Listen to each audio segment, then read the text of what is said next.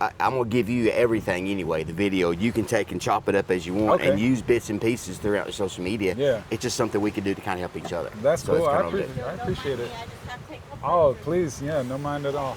You're going to go viral, right? You're going to be on social media because we're already recording. So there you go. And we're going to be looking at the camera. At the camera every now and then. Okay. Every now and then. Kind of do the natural, like, podcast style. Sort of, kind of. Yeah, I don't do a lot of it, but, I do it with Brad. Yeah. So Brad Lowry, Yeah. I've met up with him several times at inspection for whatever, and I'll sit down and do a couple podcasts with him, just BS. So it's one of those good things. That's pretty cool.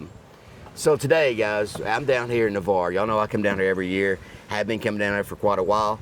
Got an inspector buddy of mine, Inspector DD, down here as well. He services this area. So what all do you service in Florida? Okay, so we basically cover all the way from the border of Alabama on the west side, the west side of Florida. We'll go up to the northern border of Alabama, and then I typically cover across 3 counties from there. So we've got Escambia County, Santa Rosa County, which is where we're in right now, and Okaloosa County. Now, I will continue to go further east, Walton County, Bay County, all, like kind of towards the Panama City area. The challenge then becomes the travel, because this area has a lot of traffic. For everybody that lives in this Emerald Coast area, once stay off of 98. Yeah, Highway 98, you start getting into Destin, it gets crazy, and anything beyond that going east. And so what winds up happening is my travel costs makes the inspection not as affordable as it could be. Yeah. So I actually have a buddy who lives out in Santa Rosa Beach. He's part of an inspector list group that we're a part of, whatever. Vetted and qualified, does all of the above and beyonds, the thermal imaging and stuff. It's called Best Inspector List, and he's on that list. I'm on that list. And you're on that list. And so what I do is, anytime I get an inspection out that way, I call him. I was like, hey, do you want to take this one? And anytime he gets an inspection out towards Pensacola, he's like, hey, do you want to take this one? We refer to each other as kind of like business partners. And so now, basically between he and I, we're covering everywhere from, the western border of Florida all the way to Panama City and a little bit even beyond that, and so it's a pretty extensive reach between he and I where we can get to. So and me being from Arkansas, I can reach. I'm in the dead center of Arkansas. Okay, that's where I live, and I can basically reach all 4 corners within about 3 hours. Okay.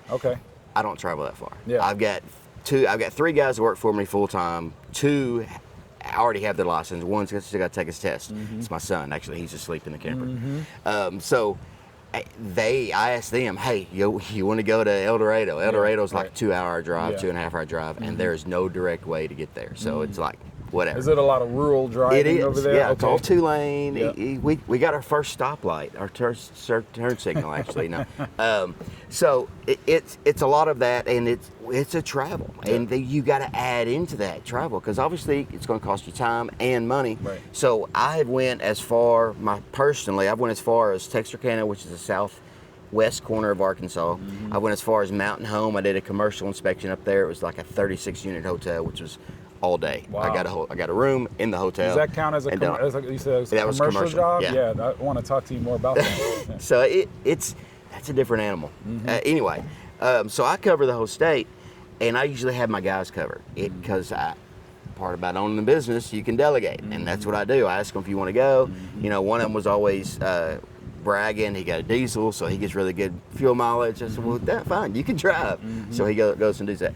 I do charge mileage for that. Anything over like 55 miles, 55 to 75, I think we charge like $50 more. So it's not a whole lot, but it is an addition. Now, I've been to Fayetteville, and that's the second largest concentration of home inspectors in Arkansas is in Fayetteville, northwest corner. Okay, Bentonville, Fayetteville, that whole Razorback territory. Is it more city-like over there? It's yes and no. There's a lot of big money up there. There's a lot of construction going on. That's where Walmart is based out of. Okay, so there's a lot of that up there. A lot of money. Tyson Foods is based up there. I've been up there to do one, but a guy actually called me and saw my Instagram. His wife did. He goes, I'm just going to tell you right now, my wife is a huge fan. and we've built this house, so we want you to come up here and do an inspection. I said, well, did you have an inspection? I had 2 inspections already. He goes, but there's a lot of stuff that's not right, and my wife knows you'll find it and point it out, and you can do a lot of video. So I took both of my guys with me, and I think I got about 30 minutes of video. Wow. Just going through that, and it was in bad shape. Wow. So you can find that on any of my socials, wild. but there's that. So speaking about socials, you are extremely popular on Instagram, right? I'm not as famous or viral as you. I don't think I'm famous. 30 million followers or something like that? No, 30,000. There's a way 30,000.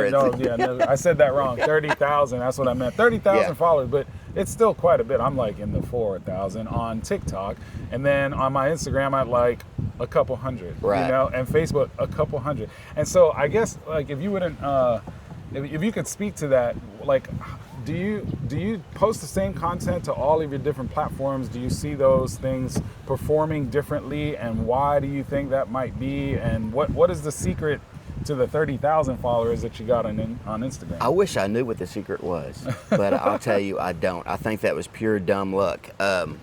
I'm good buddies with AJ as well. Everybody knows Inspector AJ. I know AJ, yeah. We talk every couple of weeks. He's sending me something, I'll send him something, or hey, how do you do this? He's the one that got me on TikTok about 2 years ago, and I think I've got like 55 or 5,600 followers on TikTok. And now I've got all of my platforms synced. So yes, I post the same material to each one of those, and I usually try to post 3 or 4 times a week. Here's the thing about me that's different from you. I don't edit any of my videos. I don't put little captions on there. I probably should, but I video when I see something, you know, that I think can be an educational advantage to people. So when I started doing Instagram, I've been doing Instagram for, I think, since Instagram came out. Okay, back dinosaurs. I'm old. So I started doing Instagram, and the main reason I done it is because Mike Holmes, everybody knows Holmes on Homes. Yeah. Mike Holmes gives inspectors a bad name. Not anymore, but he used to give home inspectors a bad name. Well, inspectors should have caught this. We don't have a demo crew behind us to tear stuff out. We can't see that. If you can't see it, you can't inspect it. That's right. Period. So I started doing videos, little short 30-second, 1-minute videos to explain to our consumers, people that would be looking for home inspectors, what it is we actually look for. What are we inspecting? So I think it's all about education. And then, you know, I came from a service background, as military as well, as you. So we've always kind of been a service thing. And the way I look at it is, it's education. The more we can educate our consumers, the more they'll want to use us and trust us. And that's what it's all about, in my opinion. You know, I don't pull it. All my realtors that do refer me a lot are like, you know, you speak, it is what it is. And you always know how to explain that stuff. I don't make a mountain out of a molehill.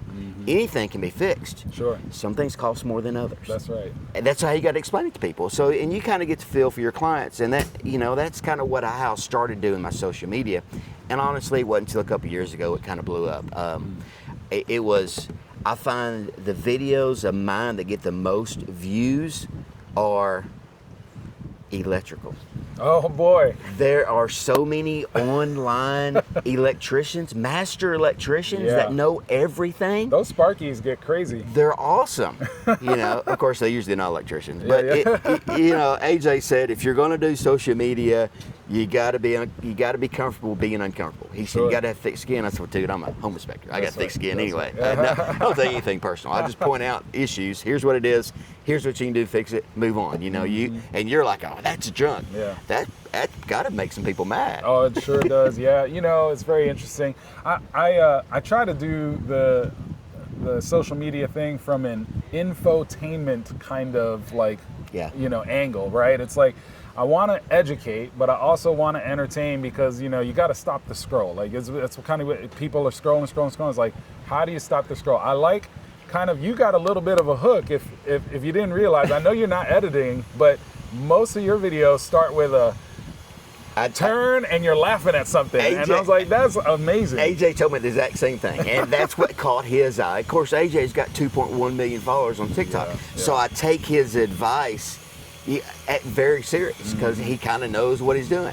And that's exactly what he said. He goes, your little camera flip thing, He goes, if you're laughing or giggling, I know it's going to be something funny. Yep. And I said, yeah, that's right. Yeah, that's really good. Yeah. So, you know, everybody's got their little thing Yep. and stuff, and I'm still trying to find my footing, but I appreciate the info and the support and the help and all that stuff, you know. You know, and we all watch each other. Even though we may not comment on each other's stuff all the time, we watch each other to see what our fellow inspectors are seeing in those areas. Yeah. You know, like I was talking about earlier, me inspecting in Arkansas is completely different than the way you inspect down here. And y'all have got a lot more inspectors than we do. We have 378 licensed inspectors in the state. Wow. That's all. Wow. 378. So if you'll move up there, there's plenty of work. There's- Y'all probably have a lot more than that. Yeah, we're at about 8,000 licensed inspectors in the state. And Okay. what's crazy is if you look up professional organizations like Internachi, and we have another one called the Florida Association of Building Inspectors called FOBI,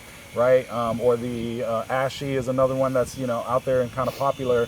But when you look at the rosters for Florida and you total those numbers of who belongs to those professional organizations, it's only about 25% of the active licenses in the state of Florida. Really? So you got to wonder, like, what's going on with the other 75% Yeah, no of kidding. inspectors? Now, are just you flying around? you a member of any of those? I'm a member of Internachi. Me too. Yep. So Internachi's been really good to me. They Yep. offer a lot of services, even beyond my business, you know, with helping realtors and taking care of them. Absolutely. Because they're using me and using my business. And so really, really enjoy Internachi. And I kind of keep my eye on FOBI a little bit. And they got some good training, things like that. And so, yeah, absolutely want to make sure that we're connected with, you know, other professionals that are trying to make the home inspection industry better. So I've been inspecting since 2009. So I've done a few inspections between now and then. Been doing it full time since 13. I was not a member of Internachi until about 2.5 years ago, almost 3 years ago. And again, it was at Inspection Fuel in Orlando where I met AJ and Brad and all these guys, and I realized how far behind Arkansas is in the home inspection industry. I thought I can change that. Well, I've actually got a school. I teach home inspection classes for, we're licensed through the state. I'm approved through the state. So I give that 80-hour course and I help people kind of get started. And I used to be on the board. I was the chairman of the board, state board for 4 years. So I know the legal aspects of all of it. But my thing was I wanted to make our industry better. And the only way I could see to really do that was to start them when they come in. So I teach the class. Which is good for me, being a multi-inspector company, is I get the cream of the crop. So my guys are literally some of the best. I'm not just saying that because they're my guys. I had them in my class. I know how they're going to talk to clients, to realtors, how they're going to see things, how they're going to inspect. And my inspector that I brought on, and I don't know how the numbers are going to play with how y'all do here, I had an inspector come through my class in March of last year, of 24. I brought him on, I sent him 2 inspections in May, I think, after he got his license. I brought him on full time, I think in July or August. He only done the 2 inspections I sent him, and I got feedback from those clients. So I know he did a good job. I brought him on full time. Since then, since say September of 2024, he has done almost 300 inspections since then. So the best way, you know this, the best way to get your experience is to do it. Go see it. And he has seen more things than I saw my first 2 years. I believe it. So, and he's a great inspector. So that's one good thing about having that school and doing all that. And you know, Ben, Gromiko, all your Mikos, man, we really appreciate what Internachi does for the inspection community. And I use that not just for my own home inspection stuff, but I use it for the school as well.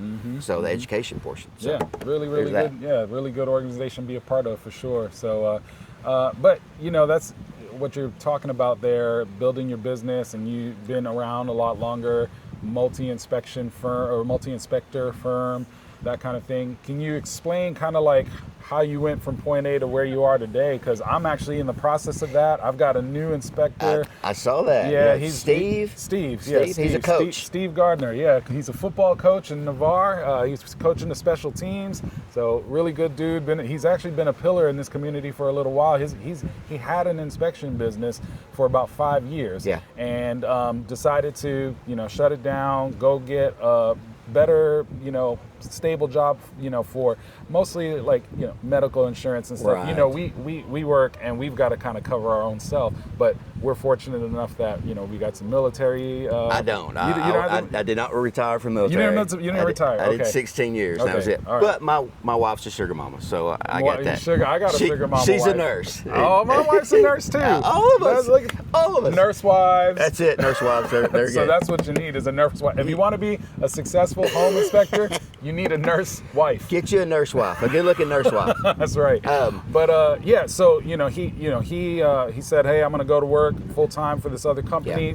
Kind of still doing inspections, but more in the fire safety lane, which is kind of a unique position to be in. But he still wanted to inspect, because like, hey, can I come and work under you on the weekends and take care of some business for you? I was like, absolutely. He's actually got more experience than I do. He's right. Yeah, I heard you say he was coming up on that 1,000 inspection mark. Going to get his CMI. He's probably already past that. Right. He's just got to file that kind of thing. So literally, you've got CMI experience, we've got it on the books now, where he can come out and just kind of walk around and look at the property. Before he pays that $2,500, give me a shout. Oh, okay. Sounds good. I got an in. Oh, got an in. All right. Sounds good. But yeah, so just very interested to hear like how you went from, Dan B, the single guy, inspector, whatever, back in 2009 to this now flourishing company, and you're training, people across your state. So I taught at one of the other schools. Actually retired is why I started my own,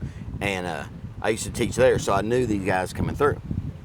One of the guys who went through was a friend of mine, Scott Lamb. He's actually my lead inspector now, and he owns a school with me and teaches too. He went through, I'll have to tell on him a little bit. He took his test 5 times and he didn't pass it the first 4. Oh. And I always bring that up in class because he has more experience taking the National Home Inspector examination than anybody else I know. Okay, which is great, makes him a good teacher. Yeah. He knew the information. He rode with me for about 6 months doing inspections. He was an electrician as well. So he knew the answers, but he's one of those guys that is a terrible test taker. You've got to know how to take a test in order to pass that. The other big thing about being a home inspector is you got to be able to run a business. Yeah. I've got friends that own their own businesses for a little while. They don't answer the phone. Or they don't reply a text or whatever. It's like, what are you going to do next week? Man, I'm busy this week. Right. Yeah, but we've only got 10 days.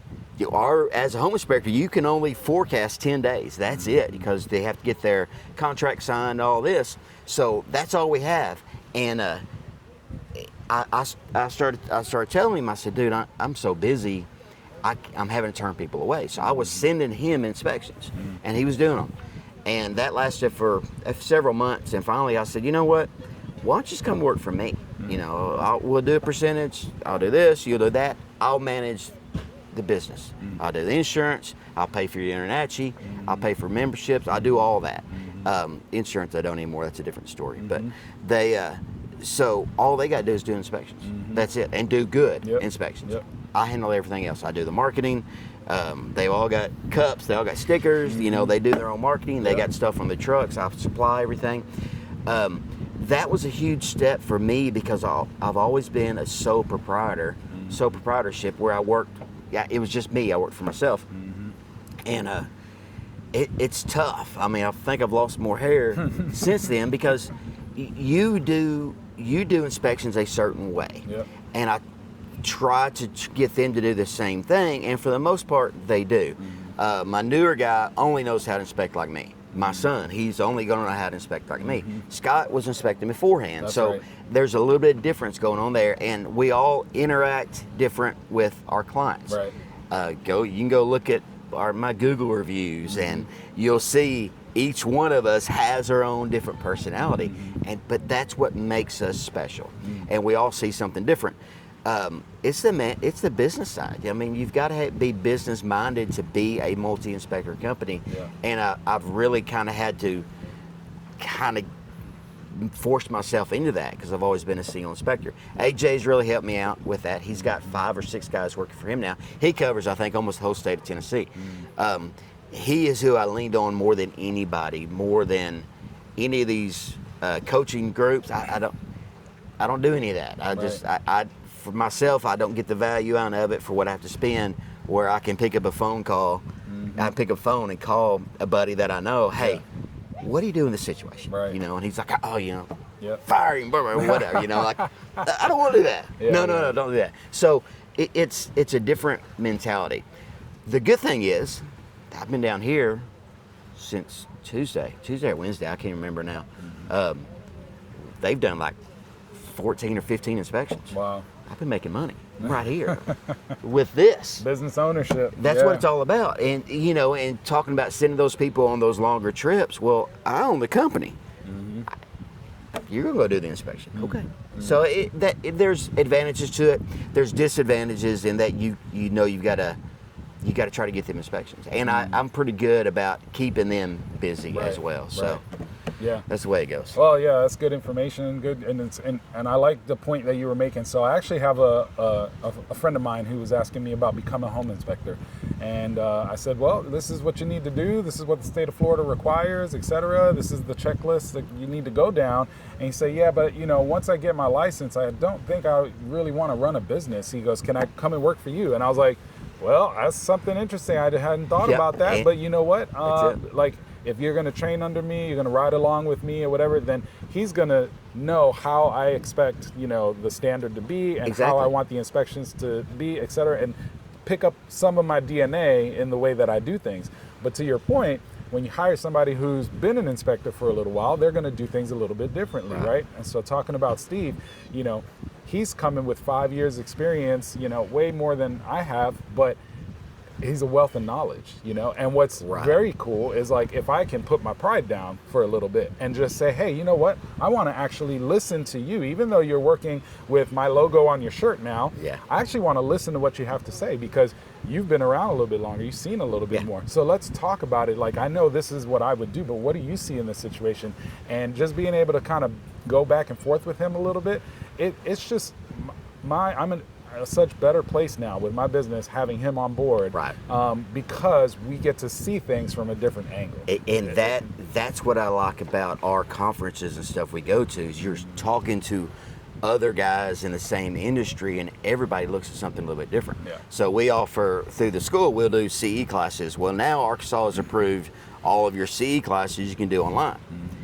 I'll still send the emails out to everybody, and I still get 50 or 60 guys that'll come to my location for a CE class, because it's person to person, one-on-one, not necessarily one-on-one, but we're face to face. And yeah, I've got a curriculum. We may talk about that curriculum. More likely we don't. We get off on a tangent. What have you seen down in Magnolia or wherever, you know, or, hey man, we had a situation like this. How would you handle it? You know, and that's how we make our industry better. It's about making our industry better. So. And speaking of the networking that you do with AJ, so I met AJ online first, and then I was fortunate enough to meet him in person over at the InterNACHI conference in Orlando, along with Inspector Preston and Brent and Sean and a bunch of guys, you know, that we see online. It was weird. It's like the internet came to life, you know. It's like Fletch was there, I think. I think Fletcher come down. I can't remember. I knew Preston was there. Of course, Brad and AJ, all those guys. Brad, Randall, I think he came out. Matt from Texas Edge. All kinds of guys were out there. Matt's a good guy. Yeah, and so I met AJ, and he and I had some discourse, a little bit of talking, because he was prior Air Force. Well, he's still Air Force technically. He's I think he's Guard, Reserve, something like that, right? Yeah, Guard. And you know, I was active duty for 21 and a half years. Sounds like you did 16 years. And what service were you? I was Army. Army. See, now 8 years active duty, and then right at 8 years of Guard. But it was active duty Guard, so I was Guard the whole time. Yeah, gotcha. But I was all aviation too, so that's a different deal. So very different. Well, that's cool. Well, thank you for your service. You as well. That. But yeah, just, you know, military guys getting together, it's easy to speak to each other, help each other out, you know. So, you know, Inspector AJ, just like he's helped you, he's helped me tremendously, and just kind of got me through a couple of those little early hurdles when you're just starting up and like, what do I do here? What do I do there? And so, wealth of knowledge. So, thanks, AJ. Appreciate you. We're going to name drop you. Yeah, don't let your head get too big there. It's too late. It's too late. Dadgummit. Oh, man. But, yeah, so Arkansas, pretty rural. I mean, this is a beach town, obviously. This is where I inspect, you know. I'm doing, you know, dock inspections, seawall inspections. You know? I do that as well. Oh, but okay. I do that on the lake side. You're so on, mine's all you're on freshwater. lakes. Okay, freshwater, so different. Yeah. So yeah, just wondering, like, what is your typical house kind of look like up there? Is it a lot of crawl space? Are you slab on grade, multi-story? What's the age? That stuff. Ours, I would really love to do. Last week, all I'd done, honestly, was new construction on a slab on grade. Loved it. Those are my best, and nobody came. Realtor didn't come. Client didn't come. I was in there and out of there, and I got to do my job, do some videos and so forth like that. So I love those. We've got a really good mix. It's probably 50-50 between crawl space, walkout basement, and slab on grade. Basements. So not full basements like they have up north, because our frost, is like 18 inches. That's it. So we can't do a full basement. We do walkout basements where they are built on the hills, because we have hills. They don't have those down here in Florida. No hills. We have hills. We don't have mountains, but we got hills. And it's not all rural. We have a lot of city area as well. And I'm right near Little Rock, which is the capital. So I've got a lot of that going on as well. A lot of townhomes, a lot of condos, especially in our lake cities, hot springs and so forth. There's condos and townhouses. There's hot springs in Arkansas? Of course. What? You didn't know that? No. That is the first national park in the country. It was Hot Springs, Arkansas. Wow. Oh, it's called Hot Springs, It's Arkansas? called Hot Springs, Arkansas. You have to look it up now. Can you bathe in the hot springs? Absolutely. What? Vacation. I'm going to go up to vacation where he lives. All right. He's come down this way. Fun point. Sorry, we're off on a tangent now. Fun fact. Back in the heyday of the 20s and 30s, the gangsters and all that, Pretty Boy Floyd, all those guys, Bugsy McGee, all of them, used to come to Hot Springs and stay. What? Yeah, it's a big gangster town. I gotta go check this out. My grandpa used to live in Ola, which is outside of Hot Springs. Every time they would come down through Ola, he was 15 years old and pumping gas. He said, Pretty Boy Floyd, he met him personally, all these guys. He goes, they were super nice as could be, and tipped really well. I mean, several dollars, and back then it was something. Yeah. He said, but they were so nice. He said, whenever we heard, they were being arrested or whatever, we couldn't believe it. Wow. Because they were so nice. But look up Hot Springs. So they do, there was a lot of Major League Baseball. I can't think. Major League Baseball would come down there for the spring training as well. Wow. And it's a big party town. Wow. But obviously the gangsters were all there. There's Gangster Museum in Hot Springs. That's crazy. Yeah. Well, I'm going to have to check that You out. definitely got to check it out. Right, going back to the inspections. Oh, yeah, we're talking about You're talking 50-50 crawl It's pretty space. much 50-50 crawl space. We have it's probably a lot of single level homes. We have a lot of, we have several 2-story homes as well. Most of them are single level with like a bonus room or whatever with a garage. But it's pretty standard of what we see. Standard frame construction, trusses are about half of them, and the stick-built roofs in the other. We don't have the wind mitigation requirements that y'all do. Oh, yeah. So we're not looking for a lot of the stuff that we simply don't have them. Yeah. There's no reason to do that up there. We've got earthquakes, sort of. Interesting. But, it's different. So it's just different. Yeah. Every region's different. Yeah, here in Florida, as you can imagine, with all the hurricanes that come through, one big problem that we have is with insurance carriers. And so insurance is skyrocketing in the state. It just keeps going up and up and up. And the state is trying to do different things to mitigate all of those issues, right? But we've got additional inspections that we need to do on top of a normal home inspection in order to satisfy the insurance requirements so that the clients can actually bind an insurance policy. So we have a home inspection that is a communication between me and the client says, hey, this is what the condition of the home is. These are the things that I'm concerned about. Maybe you negotiate some of that in the sale or whatever for repairs and things like that, or reduce the price of the home if you can, But these are the things that you're going to be walking into that you need to fix. And they get that communication directly from me through that general inspection report. Right. But then for that client to be able to go and get an insurance policy, the insurance company wants a separate report that's detailed. 4-point. It's a 4-point inspection. It's detailed with specific questions that they want to know about. Yeah. And so now I've got another client in the form of an insurance carrier that wants to know this, and I've got to fill out that particular checklist. It's got to look a certain way. And if there's anything on that list that is of a concern, now that winds up putting the 4-point inspection into an unsatisfactory condition, which means that policy can't be bound until it gets repaired. Right. And so there's a little bit of a challenge there, to satisfy what the insurance company wants. And then for wind mitigation, the wind mitigation is actually a good inspection for a client, the insurance company is actually asking about, hey, what are all the factors that are built into the home that will help that home stand up better in a windstorm? And so as we're going and we're doing the inspection, we're basically kind of checking down all these particular factors. And every time we can check a box to say, this has that, the insurance rate goes down. I got you. It's like a discount. It's like a discount, it's a discount inspection. So anybody that doesn't have a wind mitigation or a current wind mitigation on their home, they should get that, because you're telling the insurance company, here's all these features that are built in, and my house is going to stand up better, right? And that kind of thing. So the 4-point inspection is to determine the insurability of the home, and then the wind mitigation inspection is to help with the insurance